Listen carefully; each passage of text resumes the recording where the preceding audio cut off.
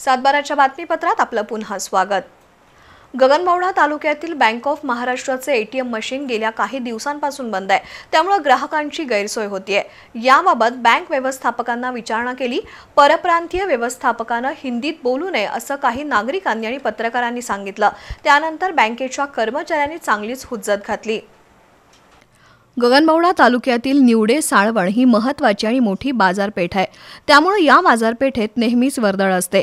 या ठिकाणी bank of महाराष्ट्राचे एटीएम केंद्र आहे, पण बऱ्याचदा हे एटीएम केंद्र बंद असतं, तर काही वेळा मशीनमध्ये पुरेशी रोख रक्कम नसते, त्यामुळे बँकेच्या ग्राहकांमध्ये नाराजी आहे।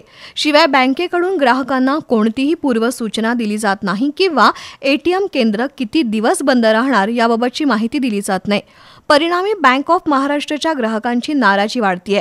याबाबत बँकेच्या शाखा व्यवस्थापकांकडे चौकशी केली असता ते हिंदीत बोलत होते। काही ग्राहकांनी त्यांना मराठीत बोला असं सांगितल्यावर वेगळाच वाद सुरू झाला। बँकेच्या कर्मचाऱ्यांनी ग्राहकांसह पत्रकारांशी हुज्जत घालण्याचा प्रयत्न केला। अशा कर्मचाऱ्यांवर बँक प्रशासनाने कारवाई करावी आणि एटीएम सुविधा सुरळीत करावी अशी मागणी ग्राहकांकडून होतीये।